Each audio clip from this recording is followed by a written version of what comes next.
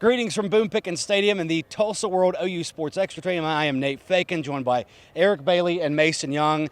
The Sooners have dominated the Bedlam series in football through the years, but for the last game for the foreseeable future, they end up coming short 27-24. Eric, there's a lot to blame on the Sooners' part, huh? You know, we talked about it last week. We're going to talk about it this week. A lot of self-inflicted wounds. And the biggest one was a 97-yard scoring drive that gave Oklahoma State the lead.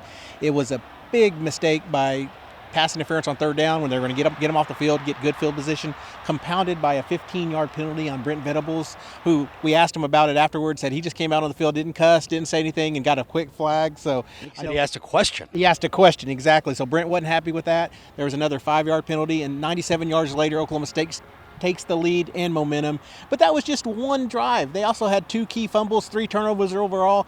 Just really bad mistakes. Couldn't get out of their own way. Sure, and on that note, Mason, a big thing during the Lincoln Riley era for OU football, complementary football, offense helping defense, defense offense, special teams.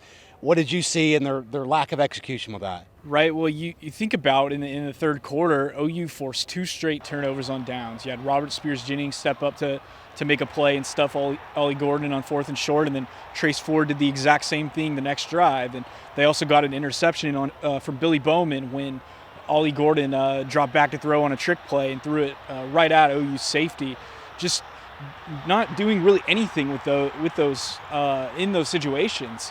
The offense continues to just be uncomplimentary of the defense. You had a defense that was playing today without Danny Stutzman, their heart and soul, their leader, their best player, and playing 2 redshirt freshmen in Kobe McKenzie and Kip Lewis at linebacker. And those guys did a really good job. The defense, by and large, was not at all the issue in this game. Jeff Lebby didn't compliment them at all. He didn't put the OU offense in position to be successful. You think about some of the mistakes they especially had early, the fumbled snap that hits Javante Barnes in the face and they lose the ball. And then in the fourth quarter, another Dylan Gabriel wasn't ready for the snap and it was low and ball scoots away from him and Oklahoma State recovers it. Just some brutal mistakes that they made, and the offense continues to just sputter at the worst possible times. Speaking of sputtering, this is 2 straight losses now. Eric, you got to talk to a bunch of the Sooners. What were their reactions, and what is their viewpoint going forward? You know, it's funny. It just seems like they're still shocked by this outcome. I mean, we talked to them right afterwards. I think they were stunned because that is 2 weeks in a row, and they played 4 straight one-possession games, losing the last 2. So we get the usual, got to get better, got to improve. But you just got to wonder, in the back of their heads, are they wondering, are we seeing last year all over again when they lost a lot of one-possession games? That's what we saw today. You wonder if there's going to be a hangover. There's 3 games left. We asked Brent Venables, what do you play for now? And he's got to get better. But you know what? So much was in front of this team 2 weeks ago. Now it's kind of curious where they're going to end up. Sure. Mason, was there anything in post, talking with coaches and players that kind of stuck out to you that you maybe asked about or heard from?